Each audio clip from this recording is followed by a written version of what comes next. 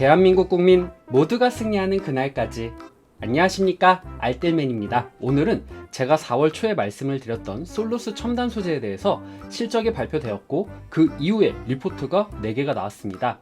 어떤 내용이 나왔는지, 그리고 목표 주가 하향 리포트도 하나 나왔는데 그럼 앞으로의 전망 어떻게 될지 궁금하신 분들이 있을 것 같아서 솔루스 첨단 소재에 대해서 다시 한번 이야기를 드리려고 합니다. 자, 먼저 솔루스 첨단 소재는 21년도 기사에 의하면 이 솔루스 첨단 소재가 최대 매출을 달성했다라고 이야기를 하고 있습니다. 이 솔루스 첨단 소재는 러시아의 우크라이나 침공으로 유럽 전력비가 급증해서 헝가리 전지박 공장 가동으로 고정비가 증가하면서 24억의 영업 손실을 기록했지만 첨단 소재 사업 부분은 순항으로 직전 분기 대비해서 적자폭을 43% 줄였다라고 기사가 나왔습니다. 자, 그럼 매출의 비율을 보면은요, 전지박이 63.3%고 첨단 소재가 36.67%로 확인이 됐습니다. 전지박 같은 경우에는 PCB, 통신장비, 전기차 배터리용 동박 부분이라고 보시면 되겠고, 첨단 소재 부분 같은 경우에는 디스플레이용 소재, 의약품 및 건기식, 화장품용 소재다라고 보시면 될 것 같습니다. 지난번에도 말씀드렸듯이 원자재로 사용되는 케미칼 부분 같은 경우에는 국제 유가 시세에 따라서 변동되는 부분이기 때문에 국제 유가의 시세가 123.7달러까지 최고까지 올랐지만 지금 현재는 100달러에서 등락을 보이는 부분을 확인할 수가 있었습니다. 자, 먼저 2022년도 4월 22일 유진투자증권과 하이투자증권의 내용을 약간 결합해서 먼저 이야기를 드리겠습니다. 1분기 매출 같은 경우에는 1236억 원으로 전년도 대비해서 39% 증가가 되었고 전 분기 대비해서 29% 증가가 되었습니다.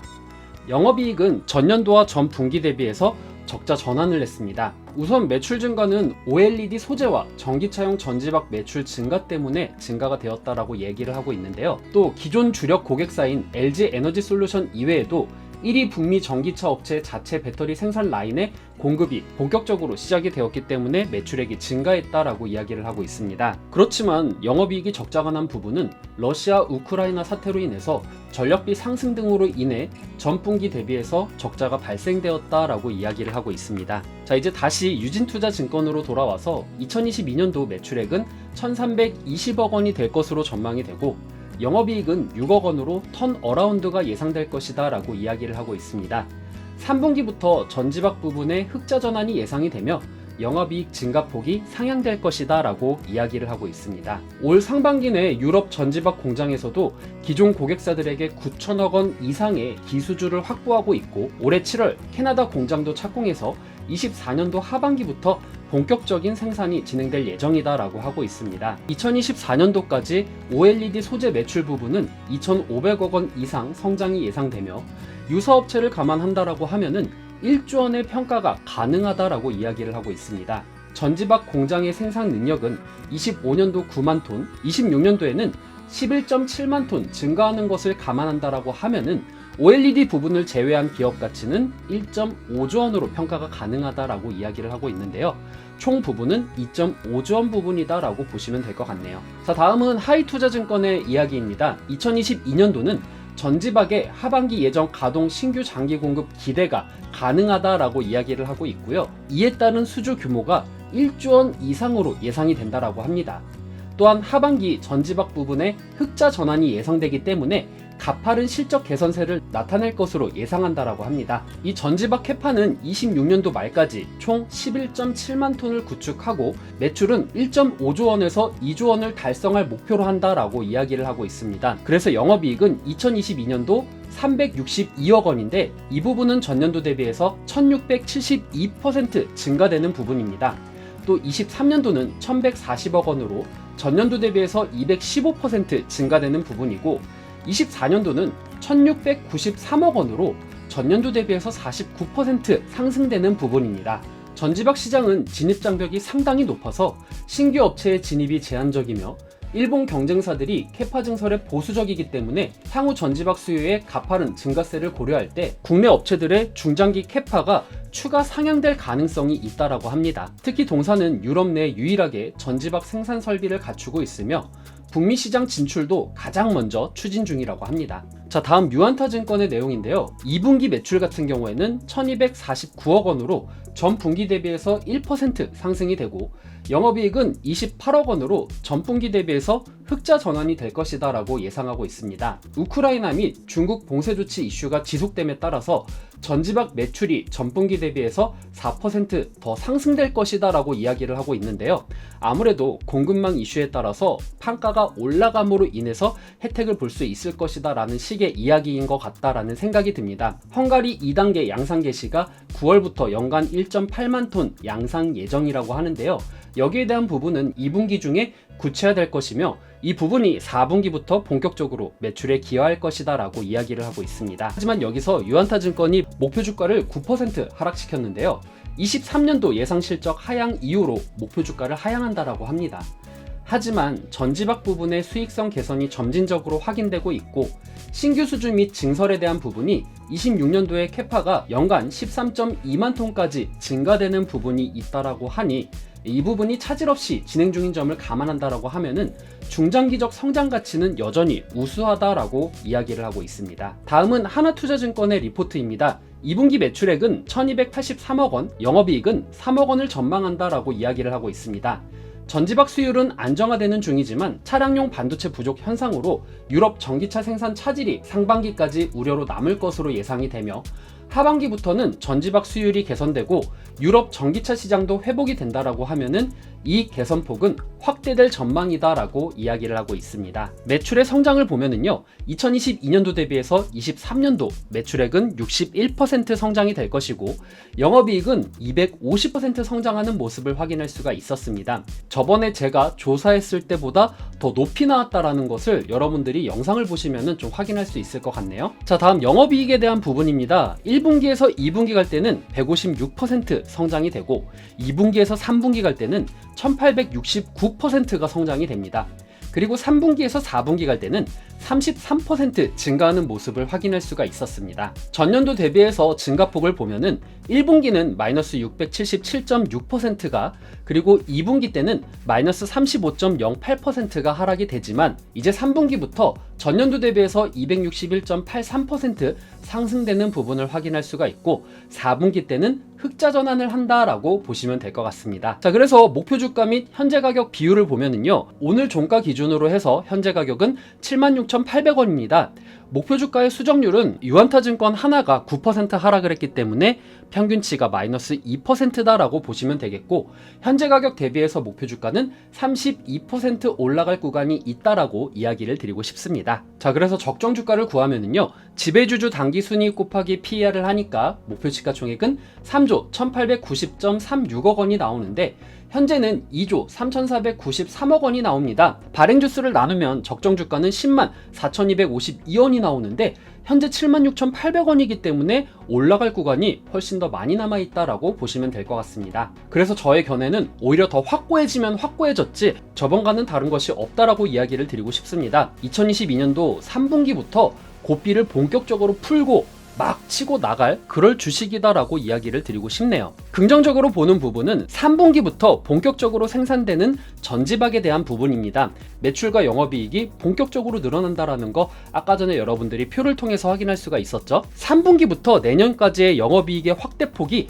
가장 크게 상승하는 것을 확인할 수가 있었습니다. 즉 올해 대비해서 내년에 매출액과 영업이익에 대한 확대폭이 엄청나게 성장하기 때문에 이런 성장에 대한 기대감을 가질 수도 있겠고요. 그리고 높은 진입장벽을 이야기 드리고 싶습니다. 경쟁사인 일본도 증설에 대해서 굉장히 보수적으로 바라보고 있고 고도의 기술이 요하기 때문에 아무 기업이나 진입할 수가 없다라는 장점이 분명히 있습니다. 그리고 정상화에 따라서 전기차 수요 회복에 따라서 성장도 함께 할 수 있는 주식이다라고 이야기를 드리고 싶은데요. 지금 현재 차량용 반도체의 부족 현상으로 인해서 공급이 원활하지 못해 유럽이라던가 서방 국가에서는 지금 현재 전기차를 제대로 못 만들고 있습니다. 그래서 지금 전기차 부품주들이 납품을 제대로 못하기 때문에 부품주들이 떨어지고 있습니다. 하지만 솔루스 첨단 소재의 전지박 같은 경우에는 이미 수주가 다 잡혀져 있기 때문에 이런 부분들의 우려가 없고 앞으로의 성장성 기대할 수 있다라고 이야기를 드리고 싶습니다. 저번에 말씀드린 거에서 똑같이 이야기를 드리면은요, 솔루스 첨단 소재는 25년도까지 유럽 헝가리 전지박 공장에서 10만 톤까지 공장을 증설할 계획이다라고 지금 표에 나와 있습니다. 해당 부분은 유진투자증권의 리포트를 참고해 주시면 될 것 같습니다. 하지만 리스크 분명히 있습니다. 먼저 첫 번째로 치솟는 원유 가격으로 인해서 전지박과 동박의 원자재 리스크가 분명히 있다라는 것입니다. 지금 현재 러시아의 제재를 다시 한번 바꾸려고 하는 부분이 있기는 하지만 전략적 비추기만으로는 한계가 있다라는 전망이 점차적으로 커지고 있는 상황이긴 합니다. 그래서 이 부분은 앞으로 추이를 더 지켜봐야 된다라고 이야기를 드리고 싶고요. 그 다음 우크라이나 사태로 인해서 전력비 등의 고정비가 증가하고 있다라는 부분도 분명히 리스크로서 작용이 될 수 있습니다. 물론 우크라이나와 러시아의 전쟁이 완화가 된다라고 하면은 이런 부분들은 사라질 수가 있는 부분이고요. 그 다음 금리 상승 기조에 따른 시장의 악영향이 있습니다. 아무리 기업의 전망이 좋다 하더라도 시장의 흐름이 좋지 못한다라고 하면은 시장을 이기는 종목은 없기 때문에 여러분들께서 시장에 대한 방향이라던가 연준의 스탠스를 꼭 확인하시고 5월 FOMC에서 어떻게 진행할 것이고 6월 FOMC에서 어떻게 진행할 것인지에 대해서 여러분들이 하나하나 체크를 다 하시는 것이 중요하다. 특히 이런 성장주를 투자하시는 분들은 이런 시장에 대해서도 충분한 공부가 필요하다라고 이야기를 드리고 싶은데요. 나 시장 공부 어떻게 하는지 모르는데 하시는 분들은 아침에 방송되는 알뜰맨의 시향 따라잡기를 시청해 주시면 감사하겠습니다. 제 개인적인 평가는 90점을 주고 싶은데요. 2분기 기점으로 3분기부터 본격적으로 매출과 영업이익을 뽑아낼 장기 투자용 기업이다라고 이야기를 드리고 싶습니다. 4월 5일인가요? 그때 제가 예측으로는 지금 현재 1분기 실적 때문에 살짝 반등을 했다가 앞으로 더 올라갈 것입니다 라고 이야기를 했는데 정말 감사하게도 횡보를 했다가 실적 발표 이후에 상승하는 흐름을 보여주고 있습니다. 물론 그렇다고 해서 제가 더 잘났다, 내가 뭐 차트를 잘 본다 이렇게 얘기를 하는 거는 절대 아닙니다. 어쩌다 얻어 걸렸다라고 생각을 하고 앞으로 더 많은 분석과 공부 열심히 해서 여러분들에게 도움이 되는 알뜰맨이 되도록 하겠습니다. 자, 그래서 만약에 내가 지금 신규 진입을 해야겠다 하시는 분들은 이 지지 라인과 저항 라인을 잡고 나서 지금 현재 이 저항 라인이 지지 라인으로서 작용을 하고 있는데요. 이 지지 라인이 저항 라인으로 바뀌게 된다. 즉 여기 추세를 이탈하게 된다라고 하면은 진입하고 있는 분들께서는 좀 짧게 취하시는 것이 좋지 않을까라고 이야기를 드리고 싶습니다. 왜냐면 지금 연준이 오늘도 발표를 했지만 연준이 공격적인 금리 인상을 할 것이다라는 소식과 함께 이제 앞으로 블랙아웃 기간에 돌입하기 때문에 시장의 변동성이 어떻게 될지 모르는 입장이 됐습니다. 그래서 여러분들께서는 지금 시장에서는 좀 짧게 취하시거나 아니면 내가 이미 저점에서 잡고 있는 사람이었습니다 라고 하시는 분들 같은 경우에는 차분히 들고 가시는 것도 방법이다 라고 이야기를 드리고 싶네요. 그래서 만약에 내가 단기적으로 수익을 취하고 싶다 하시는 분들 같은 경우에는 전 저항 라인인 요 라인 한 81,000원까지 여러분들이 보시고 나왔다가 또 저항 라인까지 내려온다라고 하면은 그때 매수를 하는 방식으로 진입을 하시면 좀 좋은 성과가 있지 않을까 생각이 됩니다. 물론 장기 투자를 하시고 계신 분들 같은 경우에는 기본 분석에 의거해서 내가 몇 년도까지 들고 가야겠다라는 것을 계산하시고 들고 가시는 것이 조금 더 유리하지 않을까라고 이야기를 드리고 싶네요. 자, 이렇게 해서 오늘 솔루스 첨단 소재에 대해서 이야기를 마치도록 하겠습니다. 오늘 내용 괜찮았다 생각되시는 분들은 하단의 구독과 좋아요, 알람 설정을 눌러주시면 제가 영상을 만드는데 큰 힘이 될 것 같습니다. 오늘도 시청해주셔서 감사합니다.